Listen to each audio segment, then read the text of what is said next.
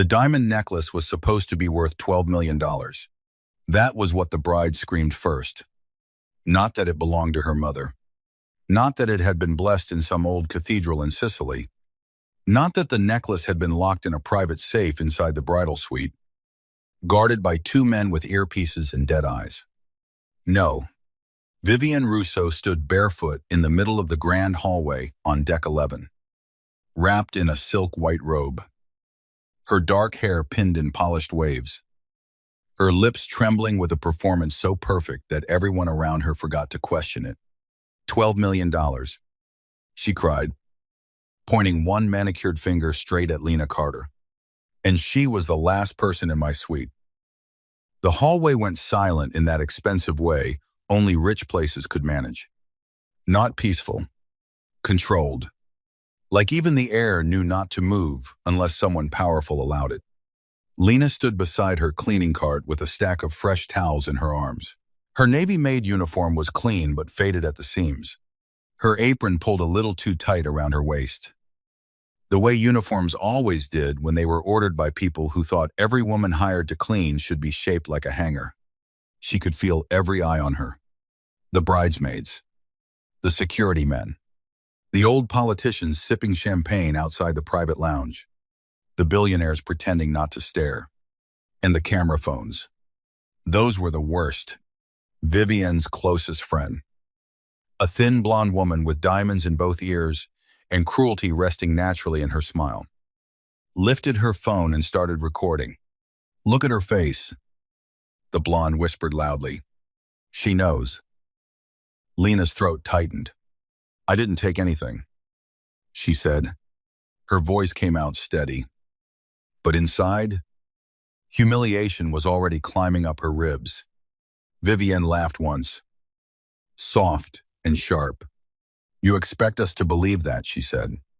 A maid making what?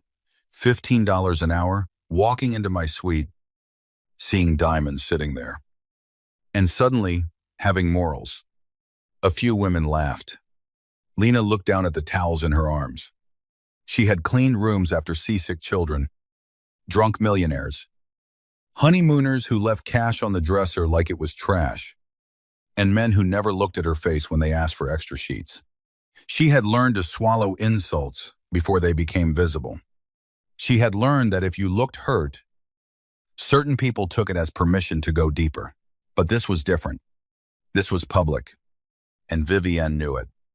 Search her, one of the bridesmaids said. Lena's head snapped up. No.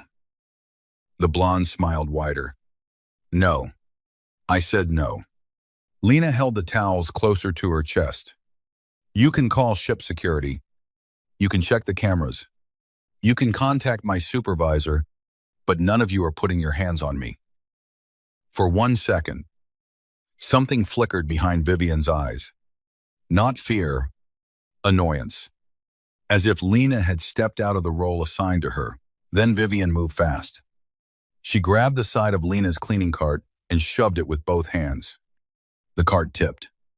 Glass bottles, folded linens, cleaning spray, small soaps, and a metal bucket crashed across the gold-patterned carpet. The sound echoed down the hallway like a gunshot dressed in luxury. Lena flinched. The bridesmaids laughed. Pick it up, Vivienne said. Lena stood frozen. Pick it up. Lena looked around for help. No one moved. Not the security men. Not the ship staff pretending to study the walls. Not the guests who suddenly found their champagne fascinating. So Lena crouched. Her knees pressed into the carpet. Her cheeks burned. Her hands moved through the mess, collecting towels first because broken glass had scattered near the spilled bottles. The blonde kept filming. Careful, she said, laughing. Wouldn't want her stealing the soap too. Lena's fingers curled around a hand towel, something hard pressed against her palm from inside her apron pocket. She froze. Her apron pocket was supposed to hold only her room card. A pencil. And a small notepad. And sometimes wrapped crackers she saved for long shifts. Slowly, Lena reached inside. Her fingers closed around cold metal. She pulled out a gold cabin key. Not a plastic key card. A real key. Old-fashioned. Heavy. Polished. A black enamel crest set into the bow. A serpent wrapped around a crown. The air changed. The laughter stopped. Lena stared at the key. Confused. "I've never seen this before," she whispered. Vivian's face went pale so quickly, Lena noticed it even through her own panic. Then Vivian lunged. She snatched the key from Lena's hand and lifted it high for everyone to see. "Oh my God," she breathed. "This is Mateo's—" The hallway died. Even the ocean seemed to go quiet beyond the walls. Lena stood, but her knees felt weak. "That was not in my pocket before." Vivian turned toward the cameras, tears shining perfectly in her eyes. "She stole my necklace," she said, "and she was trying to sneak into my fiancé's private cabin." "No," Lena said, shaking her head. "No, that's not true." Vivian stepped closer. Her perfume was expensive, floral, suffocating. "You should have stayed invisible," she whispered. Then the elevator chimed. "On, says." Softly, every head turned. The doors opened. Mateo Romano stepped out. He wore a black suit without a tie. The collar of his white shirt opened just enough to show ink curling along his collarbone. He was tall, broad-shouldered, and still in a way that made movement around him look nervous. Two men stepped out behind him, both dressed in dark suits, both watching the hallway as if deciding who would be allowed to keep breathing. Mateo's eyes moved over the scene. The spilled cart, the broken glass, the phones, the bride in her silk robe, and then Lena, still half kneeling among towels and shattered bottles. One hand pressed against the carpet, her cheeks flushed with humiliation. She refused to let become tears. His expression did not change, but something in the hallway tightened. Vivian clutched the key in her fist. "Mateo," she said, suddenly soft. "Thank God you're here." He did not look at her.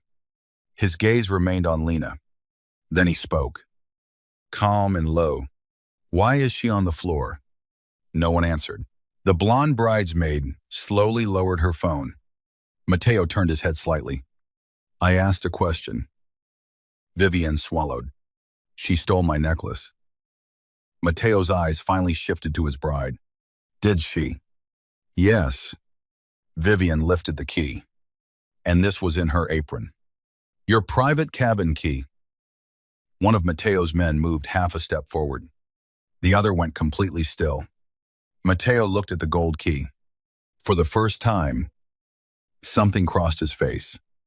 Not shock, recognition. "Danger." He held out his hand. Vivian hesitated.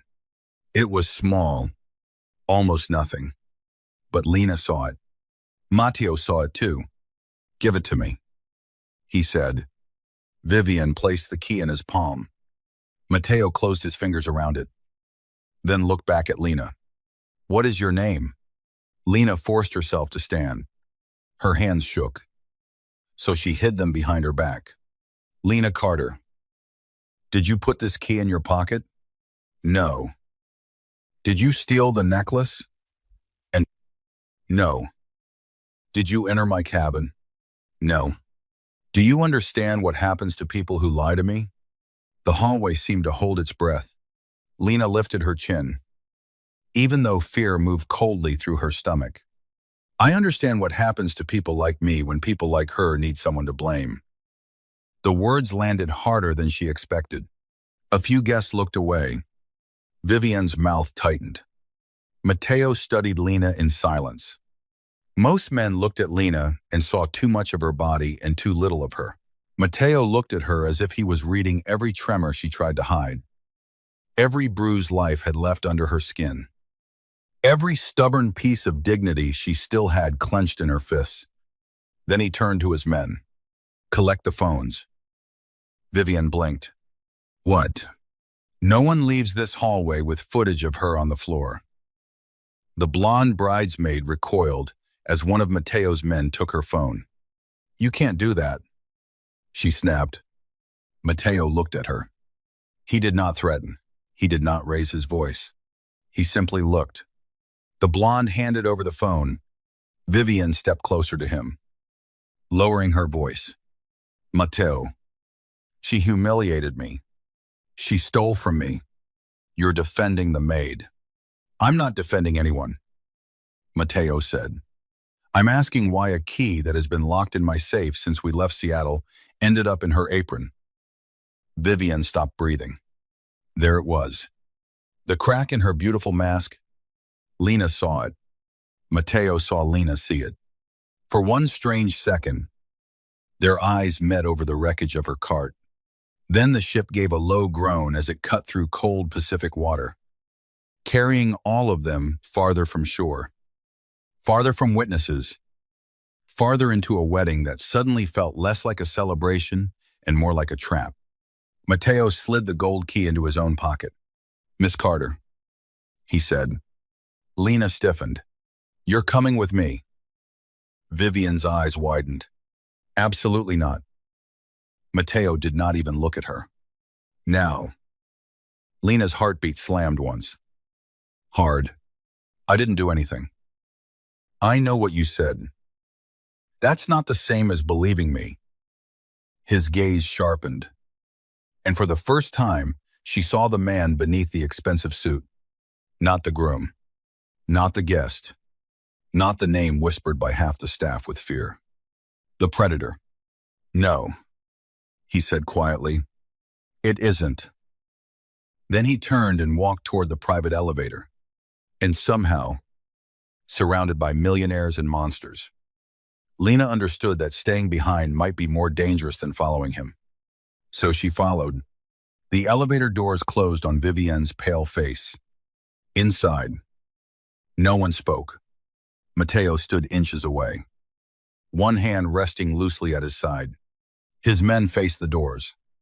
Lena stood in the corner, aware of the warmth of his body, the faint scent of cedar, cold air, and expensive smoke clinging to his jacket. Her reflection stared back at her from the mirrored elevator wall. Round face, dark hair coming loose from its clip. Navy uniform, apron stained from the spill.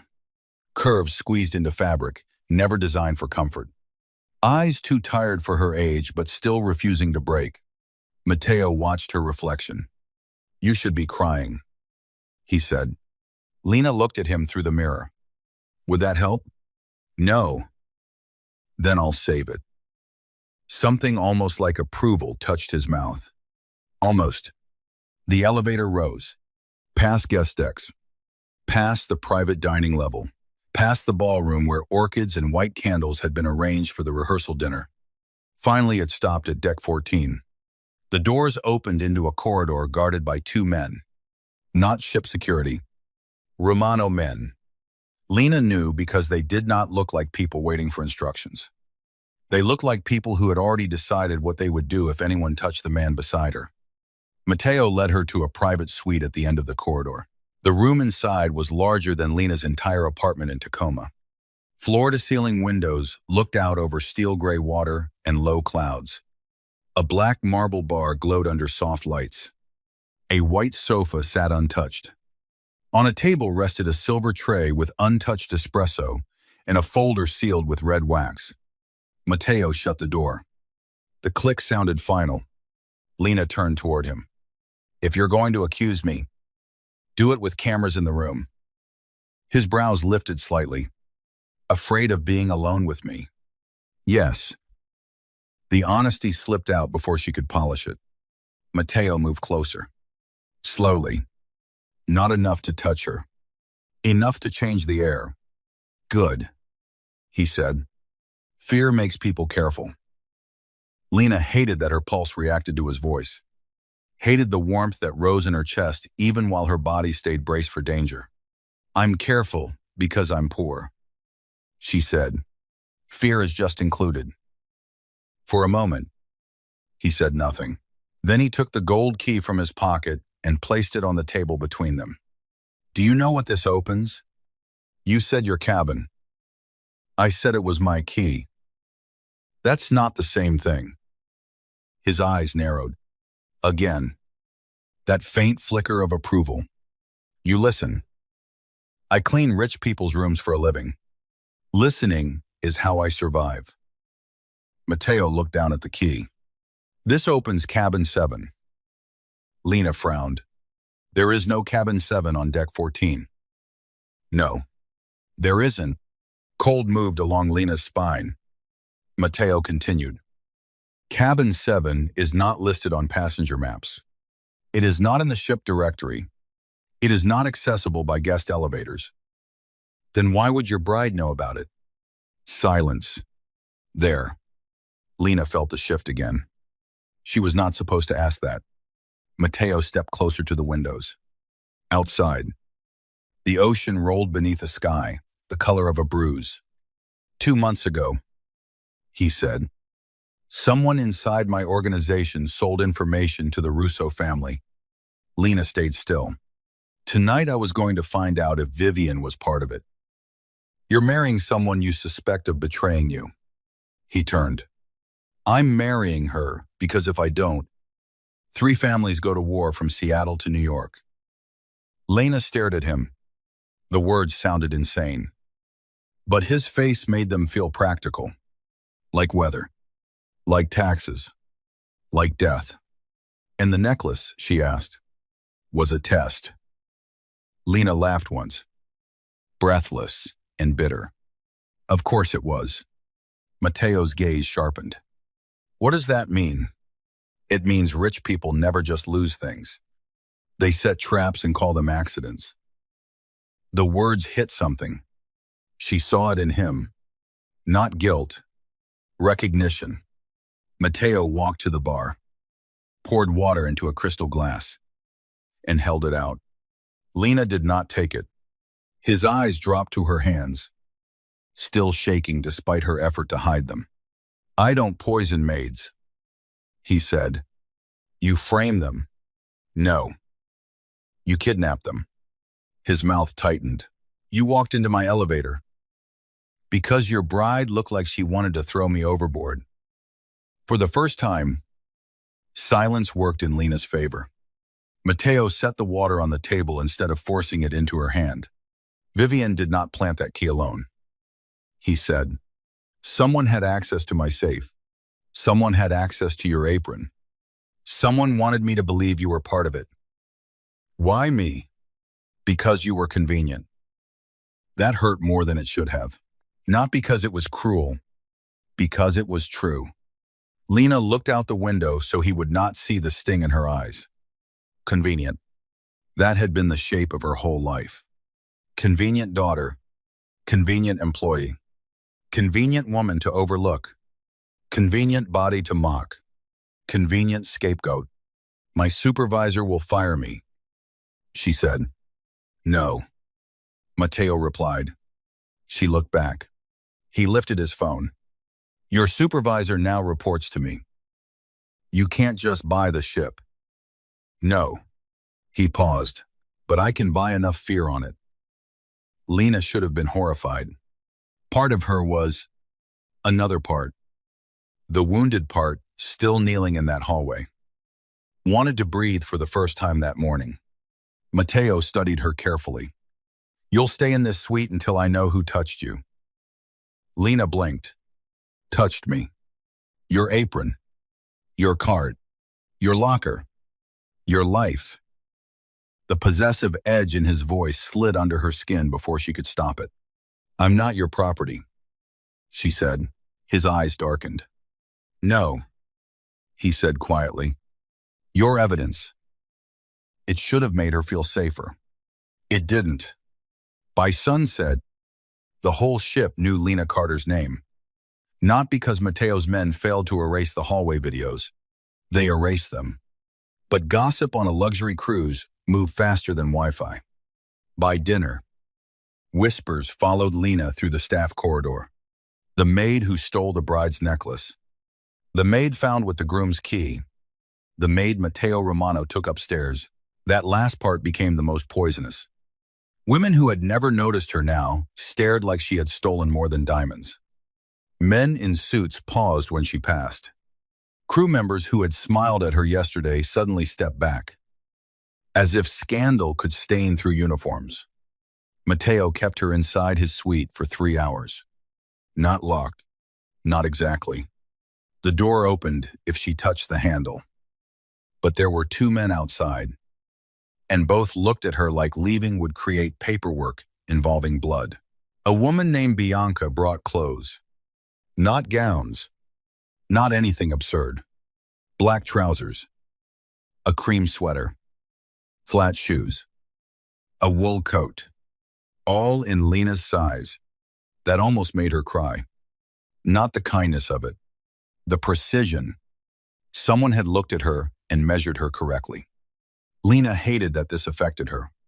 When Matteo returned, he found her standing by the window in the sweater, arms wrapped around herself, looking at the bruised horizon. The clothes fit, he said. Was that supposed to be impossible? No. You sound surprised. I'm not used to people accepting help without asking what it costs. Lena turned. I haven't accepted anything.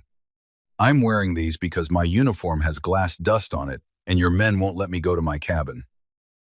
They will, if I say so. Then say so. No. Anger warmed her cheeks. Good. Anger was safer than fear. You don't get to decide where I sleep. Tonight I do. No. Matteo moved closer. There was nothing rushed in him. Nothing uncontrolled. He did not crowd her by accident. He did it with the calm intention of a man who knew exactly how much space his presence consumed.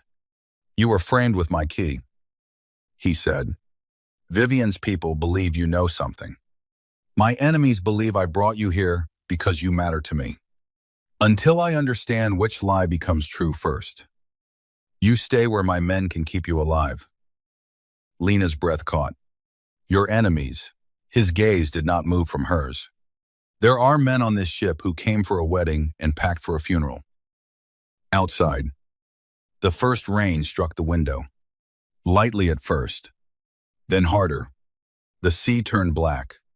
Lena looked past him toward the door. I have a life, she said. I know. No, you don't. You know my name and my uniform size. I know you send half your paycheck every 2 weeks to a woman named Marisol Carter in Tacoma. Lena went cold. Matteo saw it. Something shifted in his face. But he did not apologize. How do you know that? My people checked you. Your people had no right. I don't survive by asking permission. She's my sister. Older. Younger. Lena's voice hardened. She has a son. He needs medication that insurance likes to argue about. That's why I took this contract. That's why I can't be part of your little mafia theater. I need this job. Matteo's jaw tightened. For the first time, she saw something like restraint cost him effort. What's the boy's name? Lena looked away. Don't.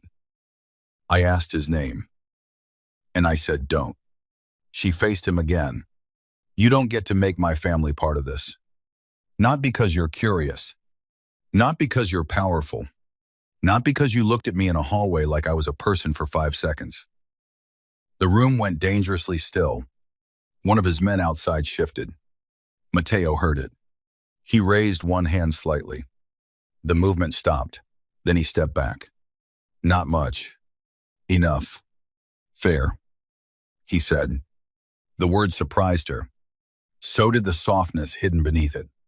Not warmth. Not yet, but respect. The sweet phone rang. Matteo answered. Listened. And his expression became stone. Bring her, he said. He hung up. Lena's stomach turned. Bring who? Before Mateo could answer, the door opened. His men escorted in a young steward named Ethan, pale and shaking. Lena recognized him from laundry services. He was 19, maybe 20, with nervous hands and kind eyes. A bruise darkened his cheek. Lena stepped forward. What happened to him? Mateo's gaze cut to his men. One answered. Found him in the service stairwell with $5,000 and Miss Carter's spare apron. Lena's blood drained. My apron. Ethan looked at her. Terrified. I'm sorry. The room tilted. Mateo said nothing. That was worse. Lena walked toward Ethan. Who gave it to you? He shook his head. Ethan. I can't. Mateo's voice entered quietly. You can. Ethan started crying. They said if I didn't put the key in your apron, they'd say, I stole from guests. I already have a record. I took a car when I was 17. I didn't hurt anyone. I just needed... Who Mateo asked. Ethan's mouth trembled. Miss Russo's assistant. Camille. Lena closed her eyes. Vivienne had not even dirtied her own hands. Mateo turned toward the window. The muscles in his jaw moved once. Leave us, he said. His men took Ethan out.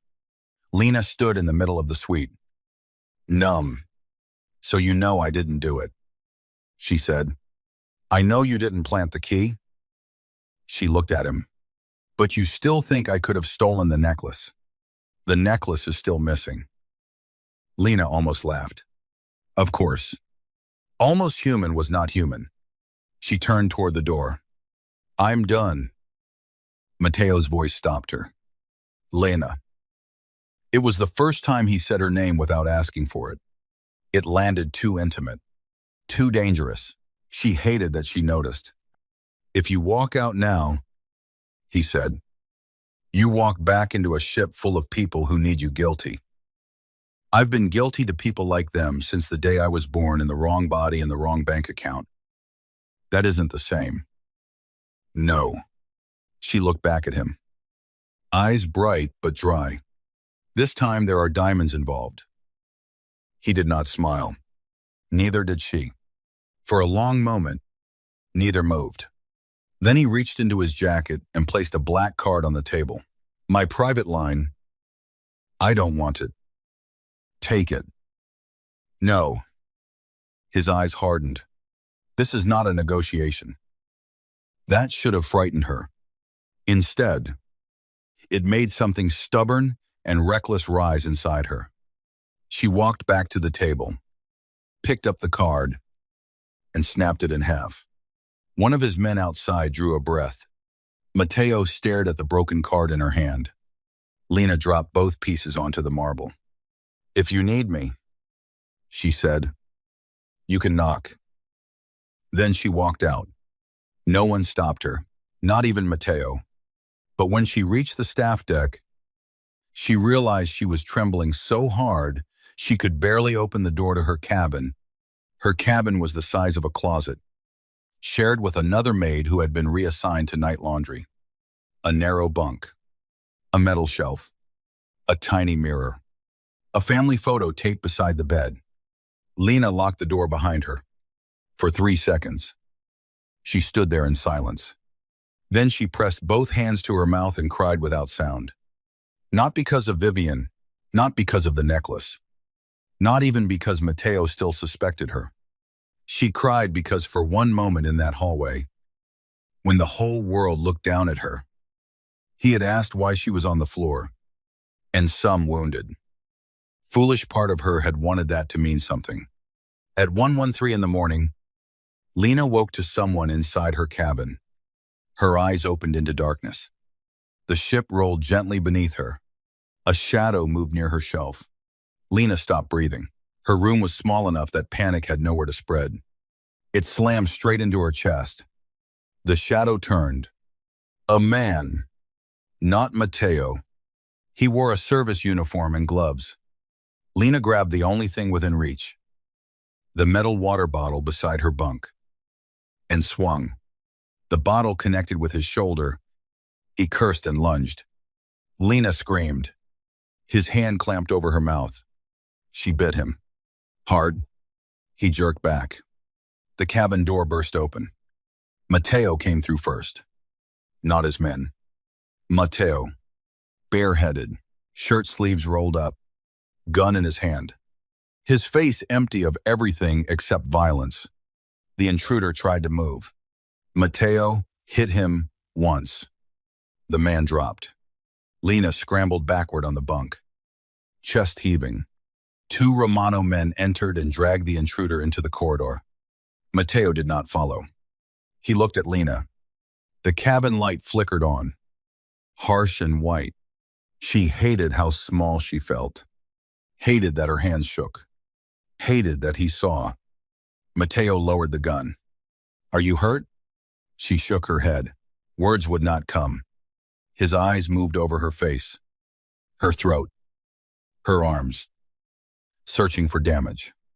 The controlled man from the suite was gone. In his place stood something darker, something barely held back. He turned toward the corridor. Alive, he ordered. One of his men nodded. Alive until I ask everything. The door closed. Silence returned. Lena hugged her knees. How did you know? She whispered. Mateo's gaze flicked to the ceiling corner. Lena followed it. There, almost invisible near the smoke detector. A small black lens stared down. Her stomach dropped. You put a camera in my room. No. Then who did? Mateo's expression became colder. That is what I would like to know. The fear in Lena's stomach changed shape. Hidden surveillance. In her room?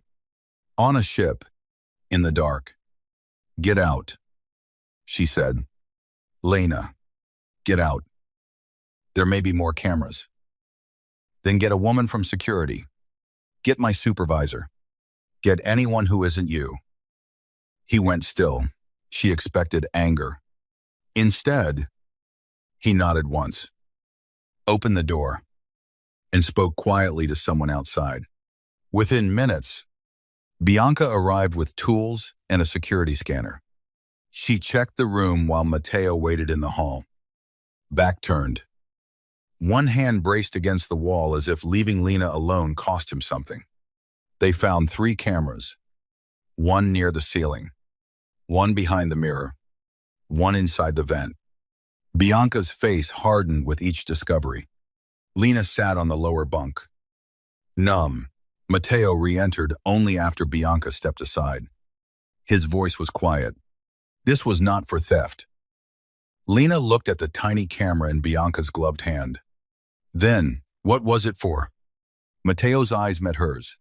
To watch when someone came for you. The room felt suddenly airless. So, I was bait. He said nothing. That silence cut deeper than denial. Lena stood. You knew. I suspected they might use you. After you took me to your suite. Yes. And you let me come back here. His face tightened. With guards in the corridor. Guards who didn't notice a man inside my room. Mateo's eyes darkened. One of the men outside looked at the floor. Lena stepped closer to Mateo. She was afraid of him. She would have been stupid not to be. But fear had burned into fury. You looked at me like you were protecting me, she whispered. But you were watching to see who would try to hurt me. Yes. The honesty almost broke her. No apology. No excuse. Just truth. Lena laughed once. Empty and shaking. You're all the same. Something moved behind his eyes. Not anger. Pain. Maybe. But buried so deep it barely had language. I am worse than most, he said. Lena's lips parted. Mateo stepped back. You will sleep in my suite. No. That man had a blade. I said no. You can hate me from behind a locked door with 4 guards outside it. I can hate you from here. His control cracked, only slightly, enough that his voice dropped into something lethal. And if the next man reaches you before I do? The question silenced her. Because beneath the dominance, beneath the arrogance, there was something else now. Fear. Not for himself. For hair? Matteo seemed to realize he had revealed too much. His face closed. You have 5 minutes, he said. Then he walked out. Lena wanted to refuse. She wanted pride to be enough. But pride did not stop knives. So 5 minutes later, wrapped in her coat with Bianca beside her, Lena walked back through the sleeping ship toward Matteo Romano's private suite. And from the far end of the corridor, hidden behind a service door, Vivienne Russo watched them go. The storm arrived before dawn. Rain hammered the windows of Matteo's suite. The ocean threw itself against the ship in black. Rolling waves. Somewhere below, music still played faintly from an after-hours lounge. Absurdly cheerful beneath the weather. Lena did not sleep. Matteo gave her the bedroom. She tried to refuse. He ignored her and took the sofa. Not like a gentleman. Like a guard dog. At Patruzero A.M. She opened the bedroom door and found him awake. Sitting in the dark. One arm along the back of the sofa. A glass of untouched whiskey on the table beside him. Lightning revealed his profile. Sharp cheekbones. Dark stubble. A small scar near his mouth. Ink disappearing beneath the open collar of his shirt. He looked less like a groom than a king waiting for betrayal. You don't sleep? Lena asked. No. Because of guilt. Because people with enemies who sleep deeply don't wake up. She leaned against the doorframe. The borrowed sweater fell off one shoulder. Matteo's gaze moved there. Stopped. Then returned to her face with visible discipline. That restraint disturbed her more than staring would have. Who was the man in my cabin? She asked. A contractor. For Vivienne. For someone using Vivienne. Convenient answer. Yes. The honesty again. Lena crossed her arms. Why are you marrying her? You asked that already. You didn't answer like a human being. Matteo looked out at the storm. My brother was killed 6 months ago. The anger in Lena softened before she could stop it. I'm sorry. He accepted the words without moving. His car exploded outside a restaurant in Brooklyn. Everyone called it a rival strike. I found out later, someone in my own circle opened the route. And you think Vivienne's family helped? I know they did. Then why marry into them? Because they're arrogant when they think they've won. Lena started. You set the wedding as a trap. His eyes returned to hers. Yes. And the necklace. A Russo heirloom with a tracking stone and a hollow clasp. I placed a copy in Vivienne's safe. The real necklace was never supposed to leave my possession. Lena frowned. Then what went missing? Matteo's hand tightened around the glass. The copy. So why does it matter? Because inside the copy was a name. The room seemed to darken around that sentence. Lena waited. Matteo did not continue. She should have let it go. She didn't. A name of who? His eyes warned her. Lena held his gaze anyway. Someone you love, she said softly. His face shut down completely. But it was too late. She had seen it. There, the wound behind the empire. Matteo stood. The movement was quiet but final. Go back to bed. You don't get to interrogate my life and hide yours. I do. Because you're dangerous. Because if you know certain things, you become harder to keep alive. Lena's breath caught. Before she could answer, thunder rolled over the sea. The lights flickered. For half a second, darkness swallowed the room. When the lights returned, Matteo stood closer than before. Too close. Close enough that Lena felt the heat of him, close enough that if she lifted her hand, she could touch the ink at his wrist. He looked down at her, and the air between them sharpened. Dangerous attraction did not arrive like romance.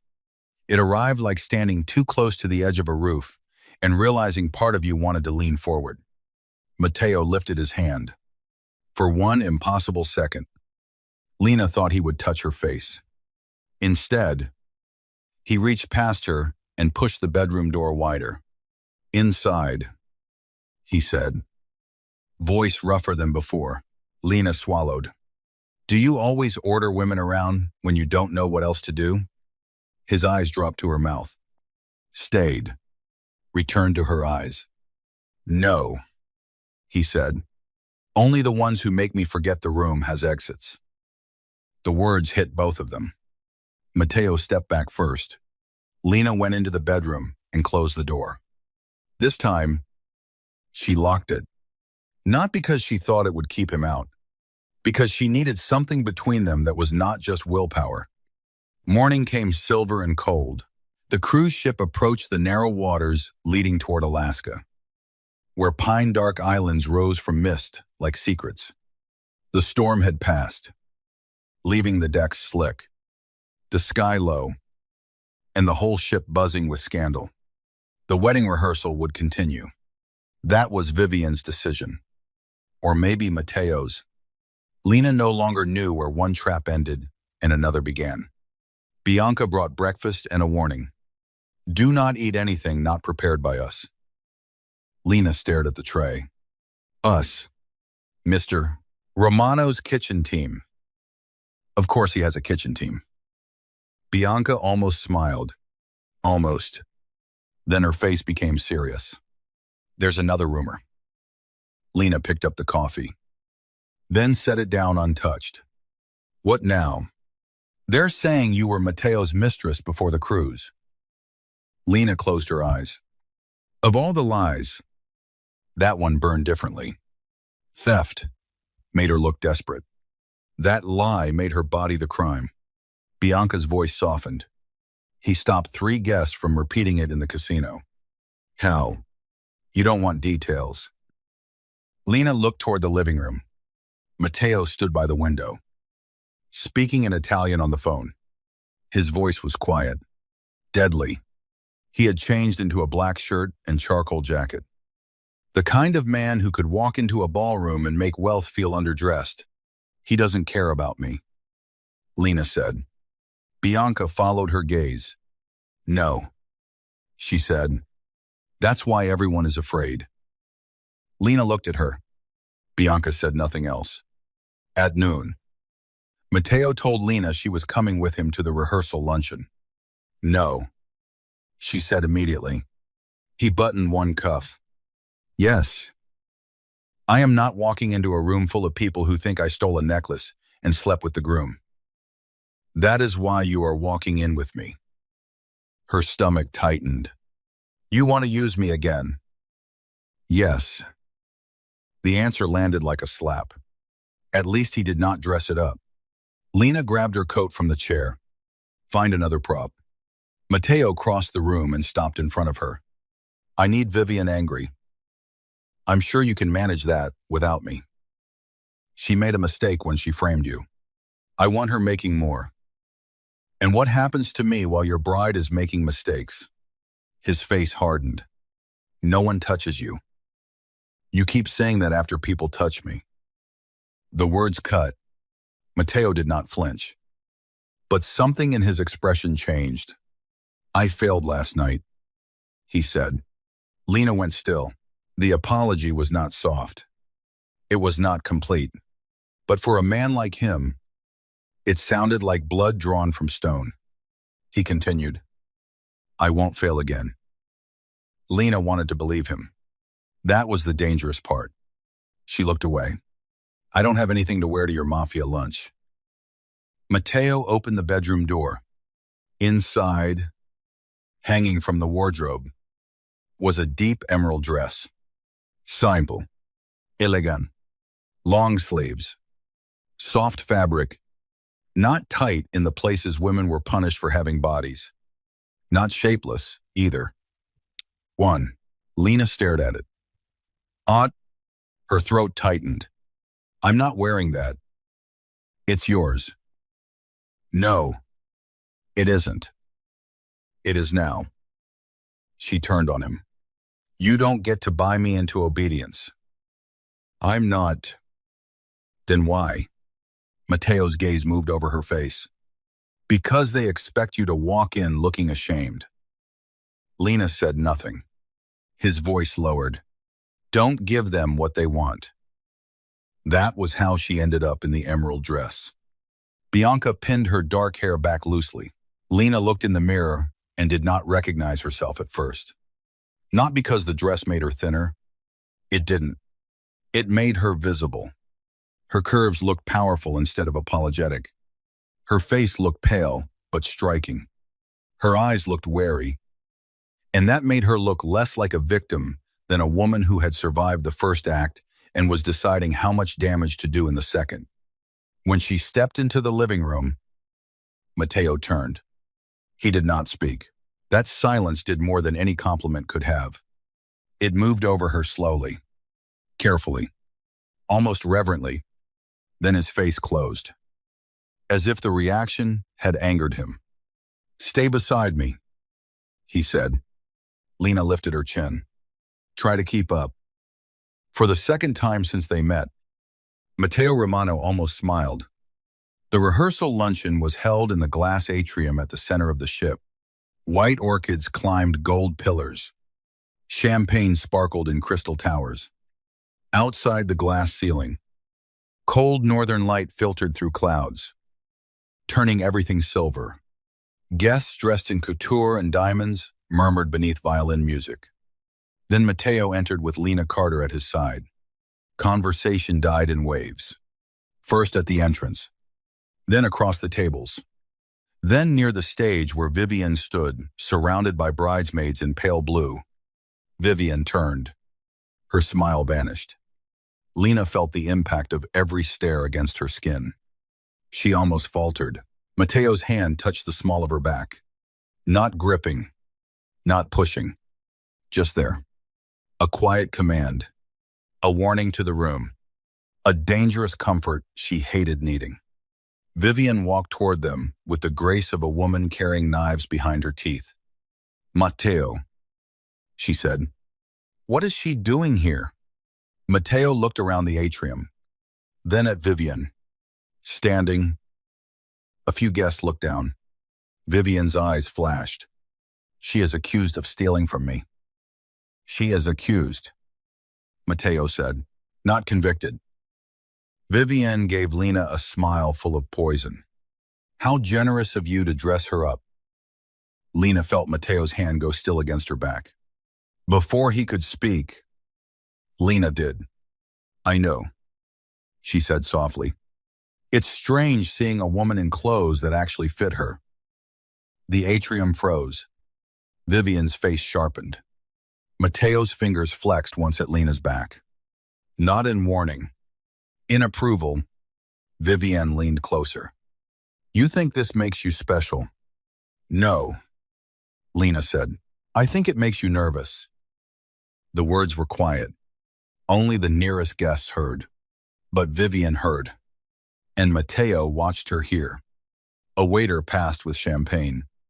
Vivian took a glass. Her hand tight around the stem. You're making a mistake.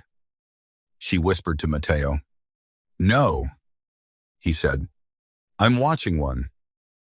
The luncheon began like a funeral pretending to be a party. Lena sat at Mateo's right because he told a senator to move. The senator moved.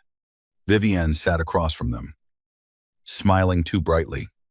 To Lena's left sat a man with silver hair and a priest collar who did not look like any priest she had ever seen.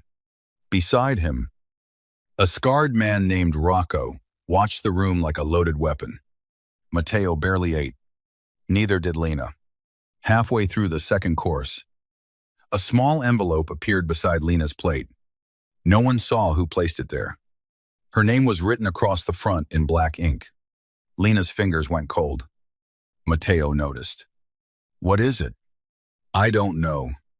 Don't open it.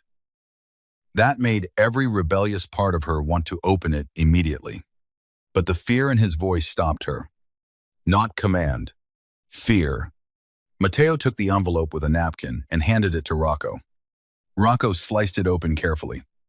Inside was a photograph. He looked at it once, then looked at Mateo. Mateo took the photo. His face changed. Lena knew before she saw it. This was the name in the necklace. The person he loved. Mateo tried to fold the photo away, but Lena had already seen enough. A little girl, maybe 6, dark hair, serious eyes, sitting on a swing somewhere green and bright, holding a stuffed rabbit. On the back, written in the same black ink, "Weddings are dangerous for children." Mateo stood so fast his chair hit the floor. Every guest turned. Vivienne looked startled, but not surprised. Lena saw that too. Mateo leaned down to Lena's ear. "Do not move." Then he walked out with Rocco and 3 men behind him. The atrium erupted in whispers. Vivienne's gaze found Lena across the table. For once, the bride did not look cruel. She looked victorious.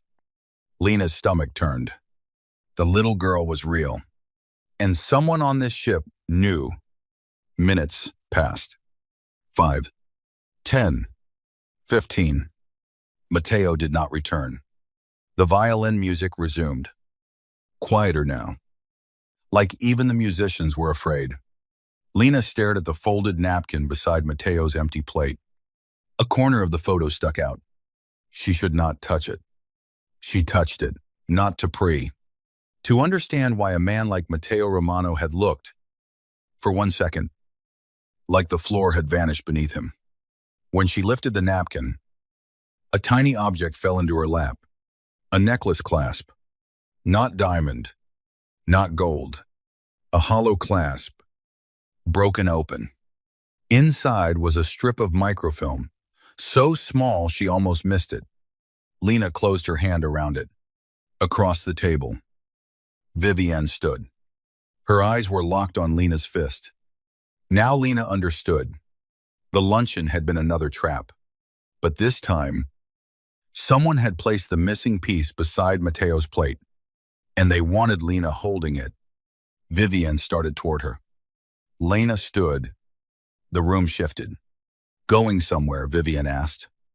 Lena smiled with more courage than she felt. "Powder room." Vivienne's bridesmaids moved subtly, blocking the easiest exit. Lena turned toward the service doors instead. 2 men stepped into her path.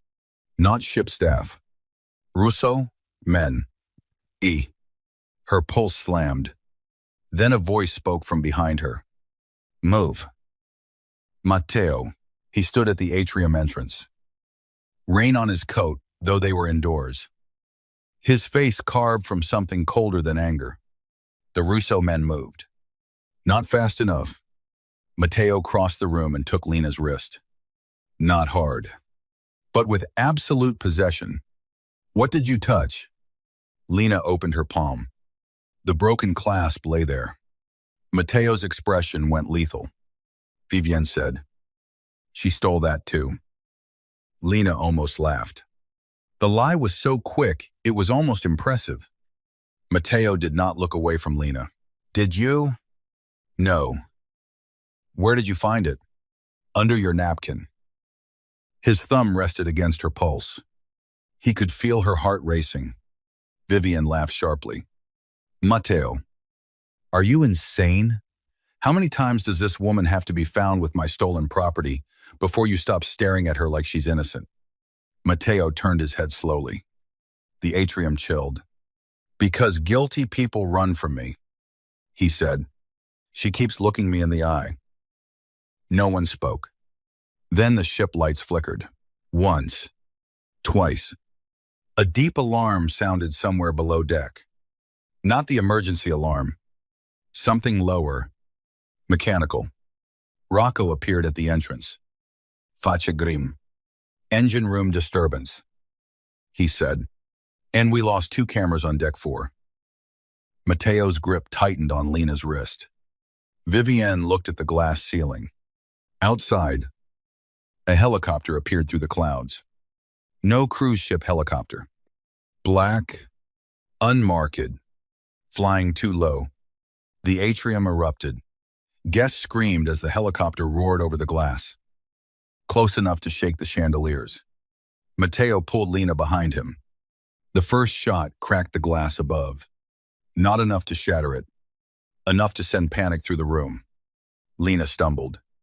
Mateo caught her before she fell, his arm wrapping around her waist as he pushed her behind a marble pillar. Stay down. This time, she did not argue. Men moved, not like guests, like soldiers. Mateo's men drew weapons. Russo men drew theirs. Ship security vanished into chaos. Champagne towers crashed. Women screamed. The violinist ducked behind the stage. Another shot shattered a side window. Cold wind and rain whipped into the atrium. Lena pressed herself against the marble, heart pounding so hard she could barely hear. Mateo stood in front of her, not crouched, not hiding, a black silhouette against white orchids and broken glass. He looked terrifying, and he was protecting her. A man rushed from the crowd toward Lena with a blade hidden under his sleeve. She saw the flash too late. Mateo moved. His hand caught the man's wrist. There was a violent, sharp struggle, a crack, and the man went down without a scream. Lena started. Mateo turned back to her. For the first time, there was blood on his knuckles. Not much. Enough. His eyes searched her face. Are you hit? She shook her head. The helicopter veered away as fast as it had come. The room smelled like rain, champagne, and fear. Then Vivienne screamed.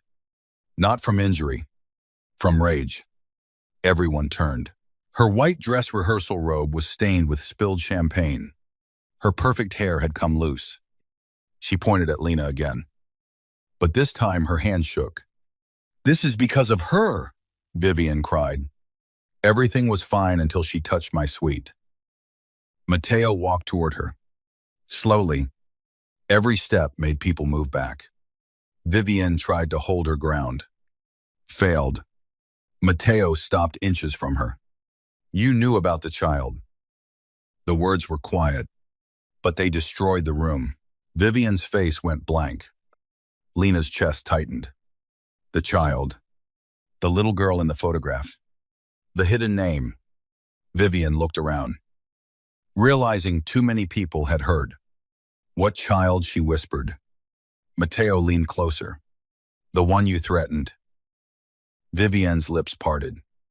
Then she smiled. It was small, ugly, the first honest expression Lena had seen on her. You should have married me when I was still willing to forgive secrets. Mateo's hand moved. Rocco stepped forward quickly. Not to protect Vivienne from Mateo, but to protect Mateo from what he might do in front of 300 witnesses. Lena moved before she thought. She touched Mateo's arm. Just 2 fingers against his sleeve. His entire body stopped. He did not look at her at first. When he did, the violence in his eyes was still there, but now it had somewhere to go. Not away, contained. For here, not here, Lena whispered. He stared at her. Then he stepped back. Vivienne saw the exchange. Her face twisted, and Lena understood the most dangerous truth on that ship. Vivienne did not hate her because she was a maid. Vivienne hated her because Mateo listened. That night, the wedding was postponed. Officially. Because of weather complications and a security incident. Unofficially. Because every powerful person on the ship now knew the wedding had become a war. Mateo moved Lena to cabin 7. It took 2 private elevators, a locked service passage, a stairwell behind a false wall. and a steel door disguised as maintenance access to reach it. The cabin was hidden beneath the forward observation deck, built into the bones of the ship. It had no luxury. No chandeliers, no marble, just reinforced walls, monitors, maps, communication equipment, and one narrow bed bolted to the floor. And on a small shelf near the bed sat a child's drawing. A house, a son, a black-haired man holding hands with a little girl. Lena looked at it before she could stop herself. Mateo saw. "Don't ask." "I won't." But her voice was too soft. He turned away, bracing both hands on the metal table. The monitors showed different parts of the ship corridors, engine access, the atrium, the bridal suite, the deck where wind pushed rain sideways, hidden surveillance. His surveillance this time. Lena sat on the edge of the bed. The emerald dress felt absurd in this room. "Is she your daughter?" she asked. Mateo closed his eyes. "I told you not to ask." "You told me not to. I didn't promise." He turned. Anger flashed. But there was exhaustion beneath it. "Yes." The word changed the air. Lena looked back at the drawing. "What's her name?" "No." "Mateo." His name in her mouth did something to him. She saw it. The hard swallow. The way his gaze dropped. Then rose. "The world thinks she died with her mother," he said. Lena went still. "That's why the name matters." He nodded once. "My wife was killed 3 years ago. A car bomb meant for me. My daughter survived because she had a fever and stayed home with a nanny. I let everyone believe she died too." Lena's heart ached. "That's horrible." "It kept her alive." And Vivienne found out. Someone told her enough to make threats. Lena stood slowly. "I'm sorry." Mateo's jaw tightened. "Don't pity me." "I wasn't." "Then what was that?" "Grief. Recognizing grief." He looked at her then. Really looked. Lena wished she had not said it. But the ship was dark. The ocean was violent. And secrets had begun stripping both of them down to bone. "My mother died when I was 19, Lena said quietly. "My father disappeared before the funeral.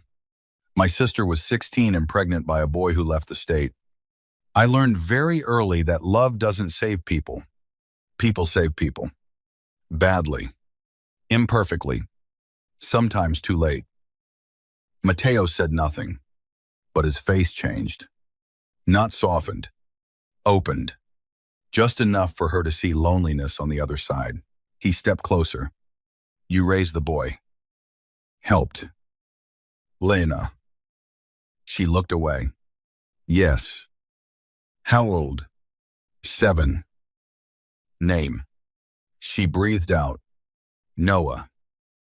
Mateo nodded, as if storing the name somewhere sacred. "Does he know where you are?" "He thinks I'm on a giant boat cleaning up after princesses." Mateo's mouth moved slightly. This time, it was almost a real smile. Lena's chest warmed despite herself. Then the monitor above them flickered. A video feed came alive. The bridal suite. Vivienne stood inside with a man Lena had not seen before. Tall. Blonde. Elegant. With a face too smooth to trust. Mateo moved to the console. "Silas Vale," he said. "Who is he?" "The man who killed my brother." Lena's skin went cold. On the monitor, Vivienne paced. Audio crackled through the speakers.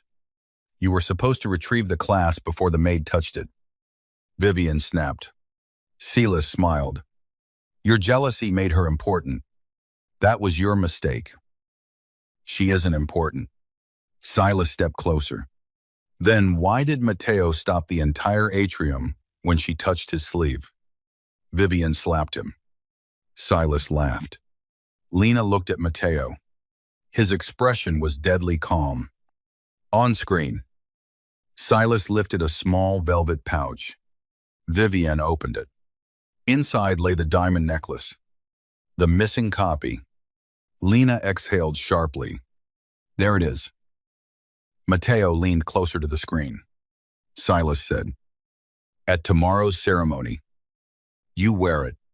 When Romano takes your hand, the clasp transmits the location of the child to our men." Vivienne's face tightened. "And after, you become Widow Romano." Lena's blood turned to ice. Matteo did not move, but the room seemed to contract around him. Silas continued, "The maid dies first. Publicly, if possible. Matteo's weakness needs a face." Vivienne smiled. A sick, beautiful smile. "Then give them hers." The screen went black. For a moment, only the ocean spoke. Lena could not breathe. Tomorrow's ceremony, a murder plan. A child's location. Her death. She looked at Matteo. His face was unreadable, but his hand rested on the table near the child's drawing. Fingers curled so tightly, the knuckles had gone pale. "They want you emotional," Lena said. His eyes lifted. "They want you careless." "Yes." "Then don't be." Tan. A faint, humorless laugh left him. "You think it is that simple." "No." She stepped closer. "I think you're a man who built a hidden cabin inside a cruise ship and planted fake diamonds in your bride's safe. You're not stupid. You're angry." He stared at her. "You speak to me like you don't understand what I am." "I understand exactly what you are." "Do you?" "Yes." Her voice lowered. "You're dangerous. You're violent. You're probably guilty of things I don't want names for. But right now, you're also a father whose daughter is being hunted. So either become the monster they fear or become the man she needs. But don't become their trap." The silence that followed felt like standing inside lightning. Matteo moved toward her. Slowly. Lena's breath caught. He stopped inches away. His hand rose. This time, he did touch her. 2 fingers beneath her chin. Gentle enough to make her more afraid than force would have. "You should not make me want things," he said. Her pulse stumbled. "What things?" His eyes moved over her face with restrained hunger. "Grief. Fury. And something far more dangerous. A life that does not belong to men like me." The words entered her chest and stayed there. Lena should have stepped back. She didn't. For one impossible second. The ocean. The war. The bride. The child. The necklace. All of it fell away. There was only his hand beneath her chin. His body close enough to warm hers. His eyes lowered to her mouth. Then an alarm flashed red across the console. Matteo stepped back instantly. The moment broke. Rocco's voice crackled through the radio. "Russo men are moving to the lower deck. They found the access route." Matteo turned to Lena. "Stay behind me." This time, she picked up a heavy metal flashlight from the table. "No." His eyes narrowed. "I don't hide well." Despite everything, something like pride crossed his face. Then the first explosion shook the hidden corridor. Not large enough to sink the ship, large enough to announce war. Smoke rolled under the door. Matteo grabbed Lena's hand and pulled her into the passage. The corridor beyond cabin 7 was narrow and dim, lit by red emergency lights. The ship groaned around them. Somewhere above, alarms began to wail. Rocco appeared from the stairwell with 2 men. "They cut power to deck 12, he said. "Wedding guests are being moved to the theater. Russo men are trying to reach the bridge. And Silas. Missing." Matteo looked at Lena. "He'll come for you." "Because I saw the video, Because I did. Um, the meaning hit her. Because Mateo wanted her. Because he had stopped for her. Because on a ship full of power, she had become the visible crack in his armor. Lena's grip tightened around the flashlight. Then use me. Mateo's face went black. No. You used me before. That was before. Before what? His eyes burned into hers. Before I cared. He did not say it. He did not need to. Rocco looked away. Mateo stepped closer. Voice low and furious. You do not offer yourself as bait to me. I'm not offering. I'm deciding. You don't know these men. I know cruel people. I know what they do when they think someone beneath them won't fight back. Her voice shook now. But it did not break. Vivienne needs me scared. Silas needs you distracted. So let them think both things are true. Mateo stared at her like he wanted to lock her in steel and burn the world outside it. Lena. She touched his wrist, the same way she had in the atrium. Save your daughter. That did it. The anger did not disappear. It focused. Mateo turned to Rocco. Prepare the chapel. Rocco nodded. The wedding. Mateo's voice was cold enough to freeze the sea. Let the bride have her stage. By late afternoon, the ship had become a floating kingdom under siege. Passengers were told the ceremony would proceed in a reduced private setting to restore calm. No one believed it, but powerful people love spectacle more than safety. And fear, when dressed in wealth, often looked like loyalty. The chapel sat near the forward deck, with tall windows looking out toward the gray Alaskan coast. White candles lined the aisle. Orchids hung from the ceiling. Gold chairs faced a small altar framed by stormy ocean.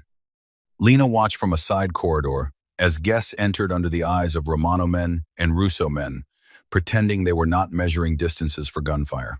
She wore the emerald dress again. Mateo insisted on a bullet-resistant lining beneath it. She did not ask how he had arranged that. She did not want to know. Her role was simple. Walk in late. Draw Vivienne's eyes. Make Silas move. Survive. Mateo stood near the altar in a black suit. Expression, empty. Hands folded in front of him. He looked like a groom carved for a funeral. Vivienne appeared at the chapel doors in a wedding gown that seemed made from light and vanity. The diamond necklace glittered at her throat. The copy. The transmitter. The death sentence. Music began. Lena's heart pounded so hard she felt sick. Bianca stood beside her in the corridor. You don't have to do this, Bianca whispered. Lena looked through the cracked door at Mateo. At the way, he did not search the room for threats first. He searched for her. Yes, Lena said. I do. The ceremony began. The officiant's voice trembled. Vivienne smiled as she took Mateo's hands. She looked beautiful enough to fool a careless man. Mateo was not careless. Not anymore. When the officiant asked if anyone objected, silence filled the chapel. That was Lena's cue. She opened the side door. Every head turned. The aisle stretched before her, white and gold, lined with people who had laughed at her on the floor less than 2 days ago. Lena walked slowly, not to the altar, to the front row. Vivienne's face tightened. Mateo's eyes locked on Lena and did not move. A murmur spread through the chapel. The maid, the mistress, the thief, the mistake. Lena lifted her chin. Vivienne laughed softly, still desperate for attention. Lena looked at the necklace, then at Vivienne. No, she said, just returning something that never belonged to you. Before anyone could move, the chapel screens flashed on. Every decorative screen meant for wedding photos suddenly filled with video. Vivienne in the bridal suite, Silas beside her. The velvet pouch, the necklace, Their voices filled the chapel. The maid dies first. Publicly, if possible. Mateo's weakness needs a face. Chaos erupted. Guests screamed. Vivienne reached for the necklace clasp. Mateo moved faster. He caught her wrist. But from the balcony above, Silas appeared with a gun. Let her go. Romano. The chapel froze. Silas aimed not at Mateo. At Lena, Mateo's face changed. Everyone saw it. The exact moment the most feared man on the ship became afraid. Not for his empire. For her, Silas smiled. There it is.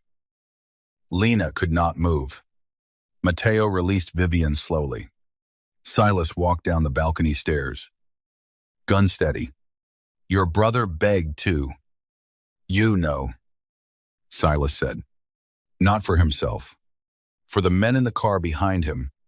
Family loyalty is such an expensive disease. Mateo's voice was calm. You want me? Take me.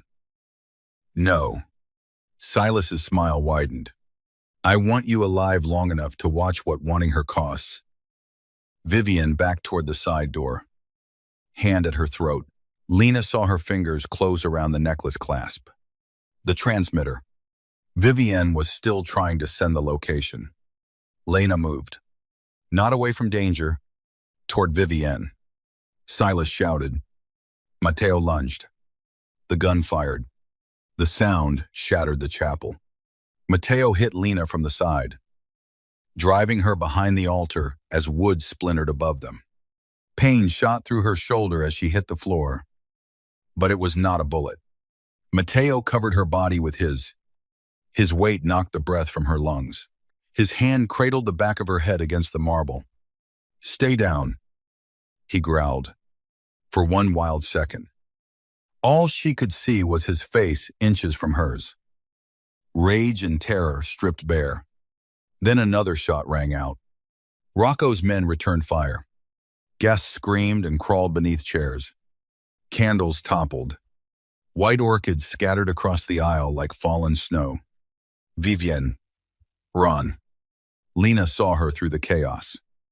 Necklace still flashing at her throat. The clasp, Lena shouted. Mateo looked toward Vivienne. Understanding hit.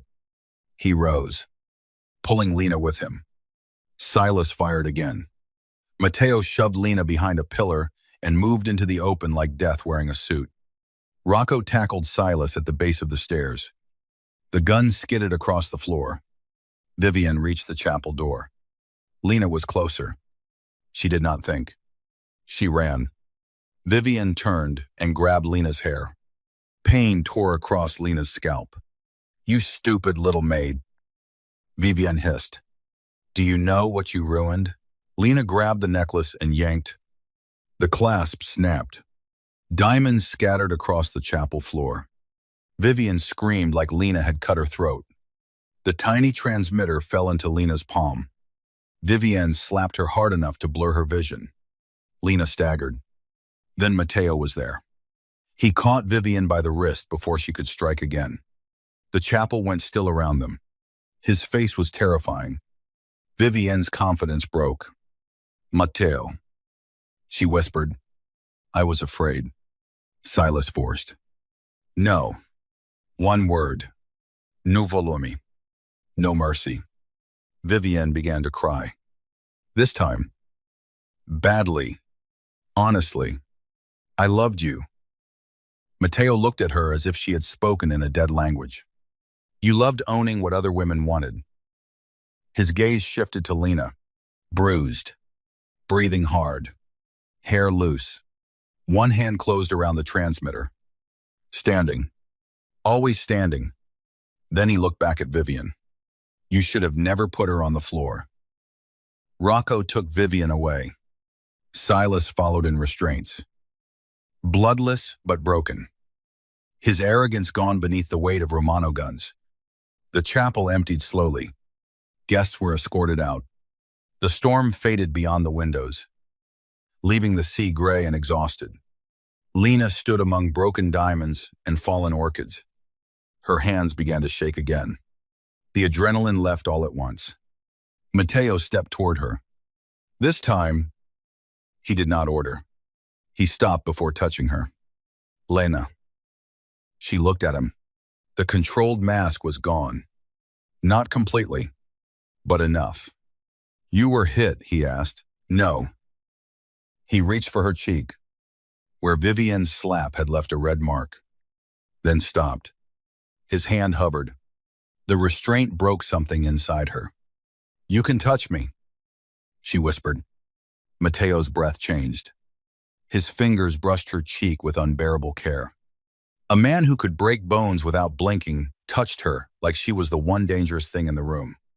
I saw the gun turn toward you, he said. His voice was rough. I know. No. His thumb rested lightly near the bruise. You don't. Lena swallowed. What happened?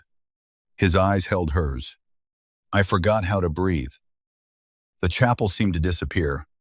For once, there was no audience, no bride, no var, no stolen necklace.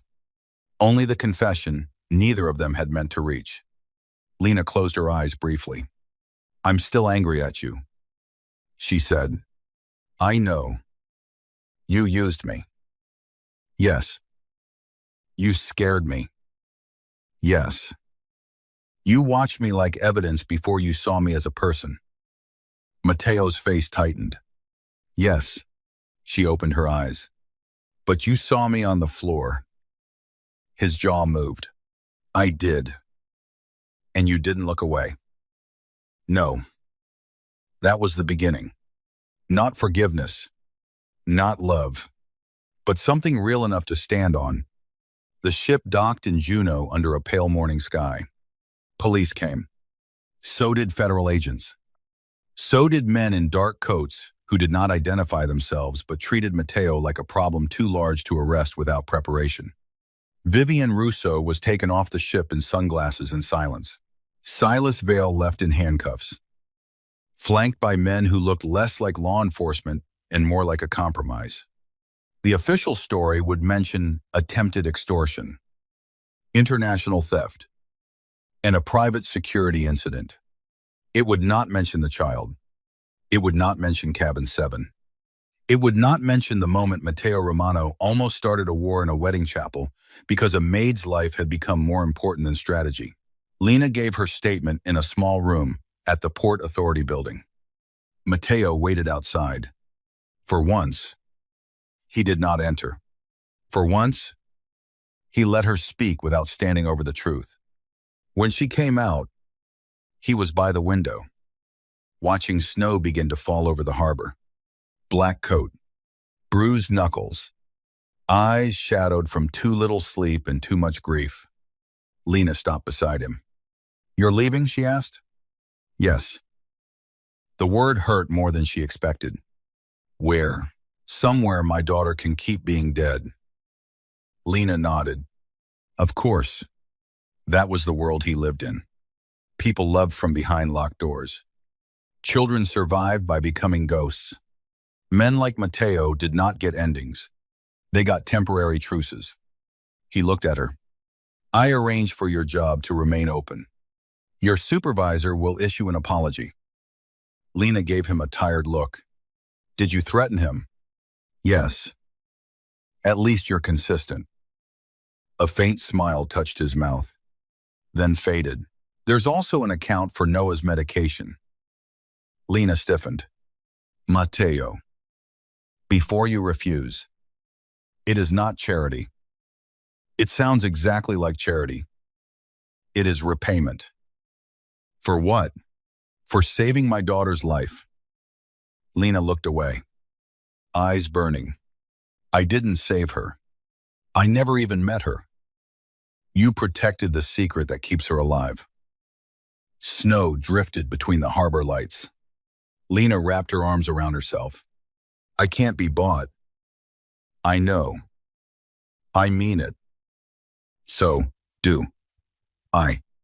She looked back at him. His voice lowered. The money is there whether you forgive me or not. whether you ever see me again or not. That did it. Her chest tightened painfully. Don't do that. What? Act like disappearing is noble. His eyes darkened. It is necessary. No. It's what men like you call fear when you don't want to admit you're afraid. The old danger flashed in his face. But she was not afraid of it now. Not the same way. Mateo stepped closer. You think I'm afraid to stay? I think you're terrified. Of what? Wanting someone who can leave. Silence. The harbor moved outside in shades of white and steel.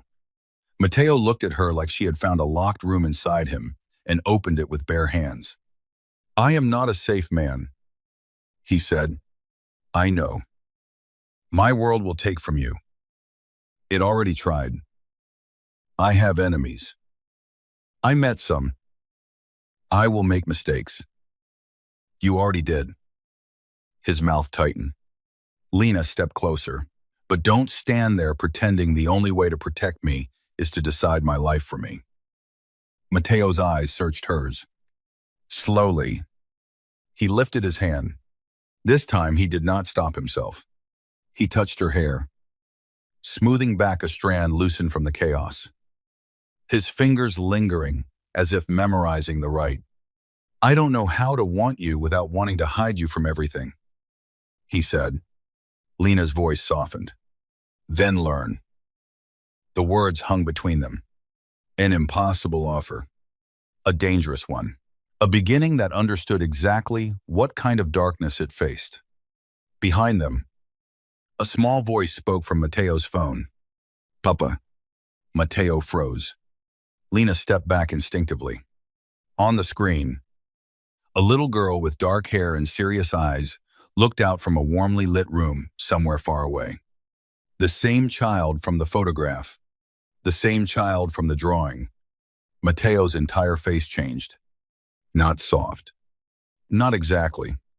But human in a way that hurt to witness. Piccola, he said quietly, you should be asleep. I had a bad dream. His eyes flicked to Lena, then back to the screen. You're safe. Are you coming home? A pause. The kind that carried an entire life. Yes, he said. Soon. The girl looked past the screen. Who is she? Mateo did not answer immediately. Lena held her breath. His gaze moved to her. Something final settled there. Not possession. Choice. This is Lena, he said. She helped me find my way back. Lena's eyes filled before she could stop them. The little girl studied her with solemn curiosity. Are you a princess? Lena laughed softly through the ache in her throat. No. Sweetheart, I clean up after them. The girl smiled. Mateo watched Lena's face while she smiled back at his daughter. And in that quiet Port Authority hallway, with snow falling over Alaska and a broken Mafia wedding sinking into legend behind them, Mateo Romano realized the most dangerous truth of all. He had built his life to survive betrayal. He had trained himself not to need. He had hidden his child, buried his wife, hunted his brother's killers, and walked into a wedding prepared to sacrifice anything for revenge. But he had not prepared for Lena Carter, a woman who had been forced to her knees and still stood up, a woman who had been used as bait and still chose courage, a woman who looked at the monster in him and demanded the man answer. Weeks later, Lena returned to Tacoma, not to a fairy tale, to real life. Rent, laundry, hospital calls. Noah's homework spread across the kitchen table, her sister crying when the medication bill was paid in full. The cruise company offered her a promotion with a written apology and a settlement so generous it made her suspicious. Lena accepted the settlement, declined the promotion, and told them never to call her again. For the first time in years, she slept without setting 3 alarms. But every night, at exactly 9:17, a black car parked across the street, not hiding, not approaching, just there. At first, Lena was furious. She walked outside on the third night in slippers and a coat, marched up to the car, and knocked on the tinted window. It rolled down. Matteo sat inside, looking exhausted and devastating in a black overcoat. Lena crossed her arms. "Are you stalking me?" "No." "You're sitting outside my apartment in the rain." "Yes." "That's stalking. That is guarding. That is a different word for the same creepy behavior." His mouth twitched. "I wanted to make sure no one followed you. For 3 nights. I'm thorough. Matteo." The sound of his name softened the rain. He looked past her toward the apartment window where Noah's dinosaur lamp glowed blue. "I leave tomorrow," he said. Her anger faltered. "Oh. My daughter is being moved. New documents. New country for a while." Lena nodded. Because what else could she do? He reached across the seat and took something from the passenger side. A small envelope. "I came to say goodbye properly." She took it carefully. Inside was not money, not diamonds, not a key. It was a photograph. Matteo's daughter in the same green place, holding a sign in childish handwriting. "Thank you, Lena." Lena pressed one hand to her mouth. Matteo watched her, silent. "She wanted you to have it," he said. Lena looked at him through the rain. "And what did you want?" His eyes held hers for a long moment. The selfish answer, "Yes. I wanted to ask you to come." Her heart stopped. "With you?" "Yes." "To another country?" "Yes." "You're insane." "Yes." The honesty broke a laugh out of her. A real one. Then she shook her head, tears mixing with rain. "I can't." "I know. I have Noah, Marisol, a life. I know. You don't get to sweep me into your world because you finally decided you want me in it." "I know." She stared at him. "You keep saying that." "Because I am trying to learn the difference between loving someone and taking them." The rain fell harder. Lena's chest ached. The old Matteo would have commanded. This one waited. Not weak, never weak, but willing to be refused. That moved her more than any diamond could have. She stepped closer to the car. "I don't want your empire." "I know. I don't want guards outside my door forever." His eyes shifted guiltily. "Fewer guards." "Matteo, I will negotiate." She almost smiled, then grew serious. "If this becomes anything, it becomes something I choose. Every day. Not something you decide because you're afraid." He nodded. "And you?" he asked. "What about me? What are you afraid of?" The question slipped under her defenses. Lena looked down at the wet pavement. "That one day, I'll believe I matter to you," she said quietly. "And then your world will remind me I was convenient after all." Matteo opened the car door and stepped out into the rain.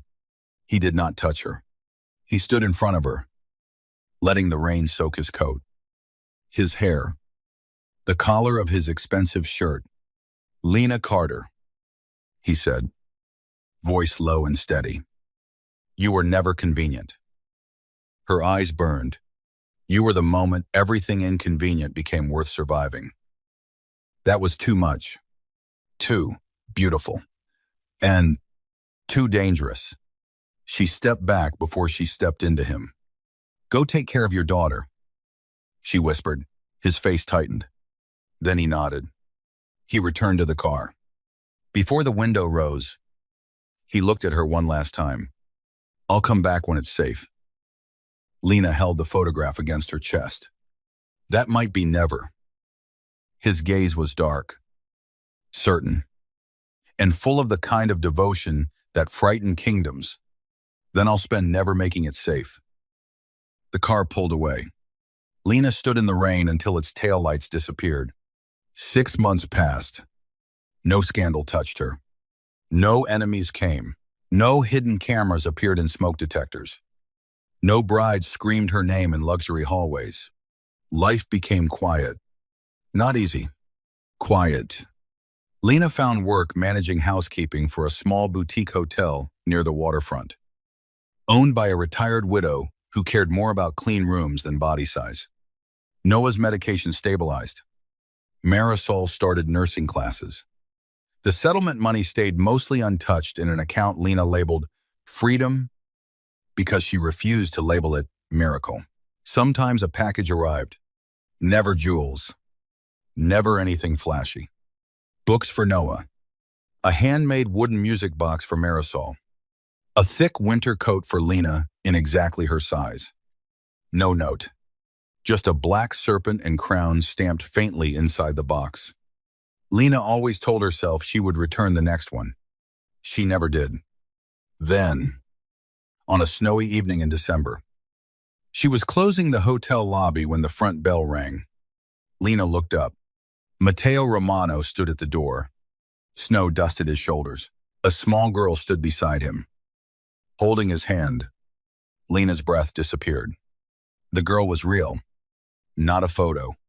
Not a secret. Real. Dark hair tucked beneath a red hat. Serious eyes. A stuffed rabbit under one arm. Matteo did not step inside immediately. He waited at the threshold. For permission. That nearly undid her. Lena walked slowly across the lobby. The world seemed to narrow to the space between them. "You're back," she said. Matteo's eyes held hers. "Yes." "Is it safe?" "No." She laughed softly. Because of course, that was his answer. His mouth curved faintly. "But it is safer." The little girl looked up at Lena. "I'm Elena." Lena crouched to her level. "Hi, Elena. My papa said you're brave." Lena glanced up at Matteo. His face was unreadable, but his eyes were not. "What else did he say?" Lena asked. Elena thought seriously. "That you yell at him when he's bossy." Lena smiled. "That sounds like me." Elena nodded, satisfied. Then she held out the stuffed rabbit. "You can hold him if you want. He doesn't like scary people. But he likes you." Lena's throat tightened. She took the rabbit carefully. Matteo watched the exchange like a starving man watching light through a window. Lena stood for a moment. None of them spoke. Snow fell beyond the glass doors. The lobby glowed warm with lamplight. Somewhere upstairs, a guest laughed softly. The world did not end. No guns appeared. No alarm sounded. Just a man, a woman, a child who should have been a ghost, and a chance so fragile it felt holy. Matteo reached into his coat and removed a gold key. Lena's body reacted before her mind could. Not fear, memory, the hallway, the floor, the accusation, the beginning. But this key was different. Simple. New. No serpent. No crown. He placed it on the front desk between them. "What does this open?" Lena asked. "A house." Her heart stuttered. "Yours." "No." He paused. "Maybe ours one day. If you choose it." Lena stared at the key. He continued. Carefully, as if every word had to be earned. "It is in Maine. Near the water. Quiet. Legal. No hidden rooms." Lena arched one eyebrow. "One panic room," he admitted. Despite herself, she laughed. Elena tugged at Matteo's hand. "Papa said Miss Lena gets to say no." Lena looked at him. Matteo nodded once. "She does." The key sat between them. Not a command. Not a trap. Not evidence. An invitation. Lena picked it up. Matteo stopped breathing. She saw it, and, for once, the power was hers. She walked around the desk, stepped close to him, and placed the key back in his palm. His face closed for one painful second. Then she folded his fingers around it and kept her hand over his. "I'm not moving into your house," she said. He nodded slowly. "I understand. But you can take me to see it." His eyes lifted. The guarded hope in them was almost unbearable. And after that, he asked. Lena looked at Elena, then back at him. After that, we learn.